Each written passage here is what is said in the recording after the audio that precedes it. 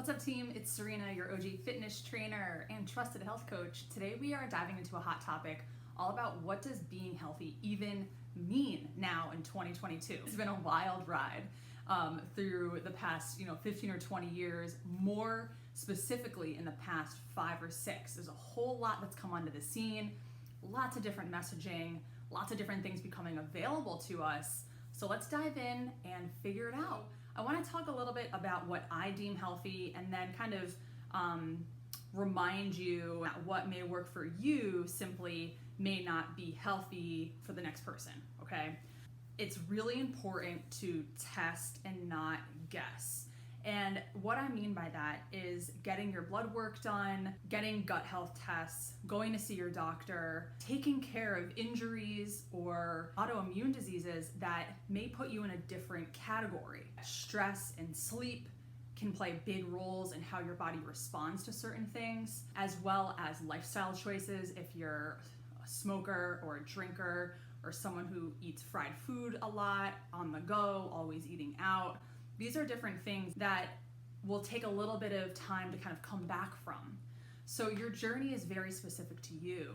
I really enjoy getting away from the term being healthy, because really, what does that even mean, right? I'm sure you've heard in the past, like your friends and family say, oh, I'm gonna be healthy this weekend. I'm not drinking.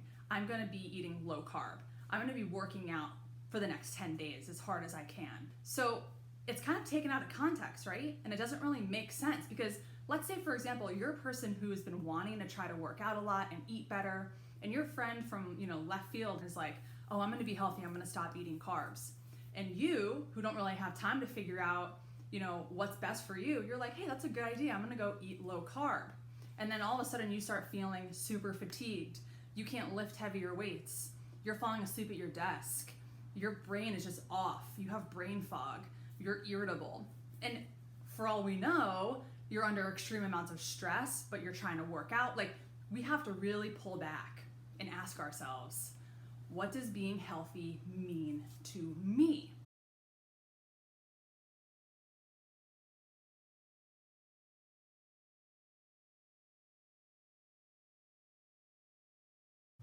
So this might be a moment to kind of write that down and maybe journal on it. And the first thing that actually comes to mind is being mindful. So being mindful and mindfulness, in my book, is considered very healthy. So being mindful means becoming more aware. It means pulling back, evaluating, not being reactionary, not reacting immediately. You take a second to breathe and then respond to that email, and then respond to that person, and then respond to the situation. You're including a meditation practice, whether that's just listening to music quietly, or sitting in silence, or getting on the mat and stretching, or taking a yoga class, or going outside for a nature walk. Those are all things that can benefit you in more ways than one, that will forever and always be healthy. So reflect on that. How are you being mindful? How can you be more mindful? How can you adopt a mindfulness practice that involves environmental support, right? How can you take yourself out of a stressful moment or a stressful space, take a breath, drop the shoulders from your ears? How can you do more of that? How can you create these spaces that send those positive signals saying, hey, it's cool to relax? The first thing I think of is a bedtime routine. Let's get away from the phones. Let's get away from the screen. Let's get away from loud music. Let's create a safe, comforting space. The mindfulness, in my opinion, is like the umbrella, and everything else kind of falls in line, because when you have a strong mental health practice, you are thinking more clearly, and you know yourself a lot better, and you know about how to handle things without feeling like everything's a crisis, or all is lost, or angry, right? I want to move on to a second point in terms of what is being healthy, and eating more plants, I believe, is a healthy habit to adopt. So are you getting 4 to 6 servings of vegetables a day? How are you consuming your vegetables? I would like to note here, when you take meat away or reduce the meat in your diet, you will want to be sure that you're eating a variety of plants, a variety of healthy fats, a variety of healthy vegan proteins, to be sure that you're not just eating the same thing every day where you might be missing out on some nutrients. So for someone like myself who in the past has dealt with IBS and IBD, eating raw, cold vegetables can actually wreak havoc on my gut, can make me feel super bloated and very uncomfortable, especially, and this applies to me, someone who eats fast, right? I'm someone who eats very quickly if I'm not mindful. Eating salad for me may not be the healthiest option, but if I saute up some spinach and kale, maybe some mushrooms and rice cauliflower, that's a fortified plant-based meal that's going to offer a ton of health benefits for me. So I would deem that healthier to me than just a salad, a cold salad. So you can see where there's like kind of a fine line here. That's just one example of what would be deemed healthy versus unhealthy for you specifically. I also encourage you to adopt a healthy supplement protocol. So of course, talk to your nutritionist about this, but the basics you could think of would be multivitamin, fish oil, vitamin D, magnesium, and then other things you can think about are health powders. So super greens powder, that's chock full of like spirulina, wheatgrass, blue-green algae. My favorite is Amazing Greens by Amazing Grass.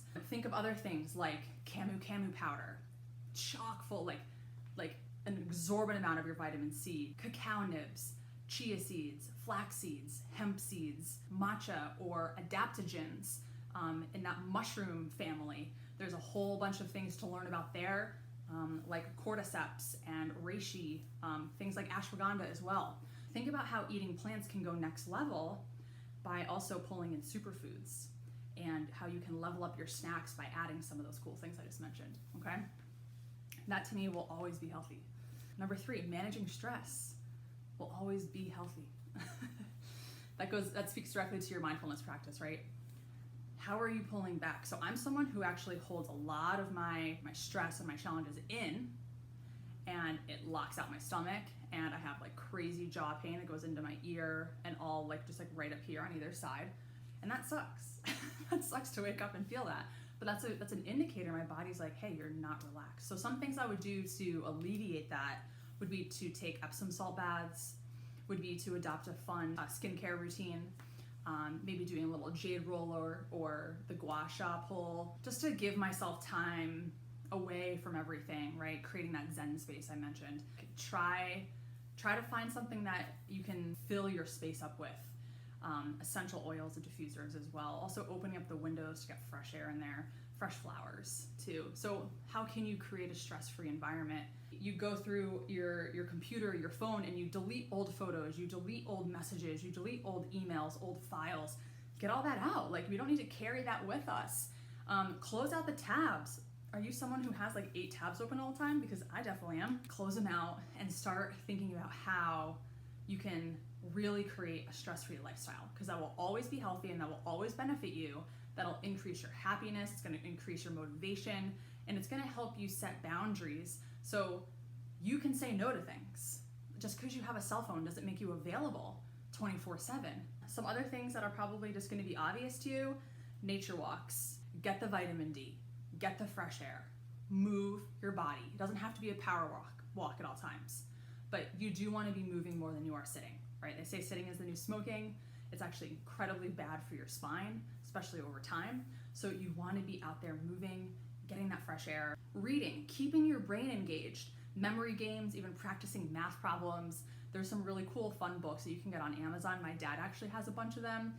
He does math. He's like 60. He does like algebra because he wants to keep his brain going. It increases memory, just cognitive function, which we have to take care of as we get older too, right?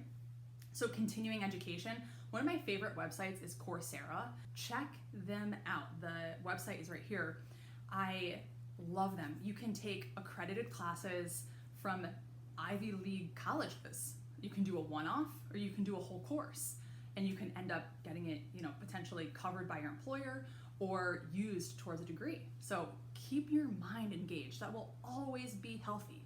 Be an educated consumer, okay? Research the brand. Is it sustainable? Just do a little due diligence in understanding what it is that you're consuming and literally consuming, ingesting, but also bringing into your home. Living clutter-free and keeping an organized space. Wiping counters, always, getting rid of stuff at least every few months as the seasons change.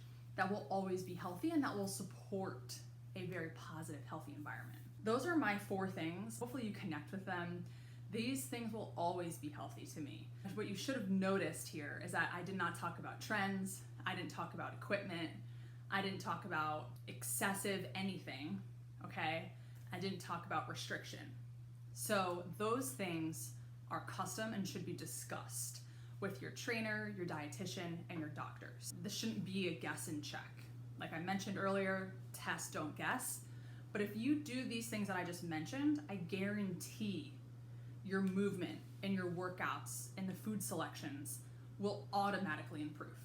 So if you have increased mindfulness, if you're eating more plants and superfoods, if you're managing your stress, and if you're getting outside, consuming a healthy vitamin protocol, reading and doing some continuing education to keep your brain functioning, things will fall into place for you to excel in whatever your goals are. So those are the things that will always be healthy. Real quick, some things that are not healthy in my book. Reactive behaviors, excessive sugars and fried foods, lack of sleep, high stress environments every day, over and over and over and over again. Scrolling versus engaging or reading, and staying inside more than being outside. You only have one life to live, guys, and I am always hoping that I can uplift you or at least kick up some dust to make you feel empowered and inspired to make changes to move forward. Please follow, like, share, all the things. And if you have any comments, I would love to hear them below. Thanks so much for listening today, guys, and have a great day. See ya.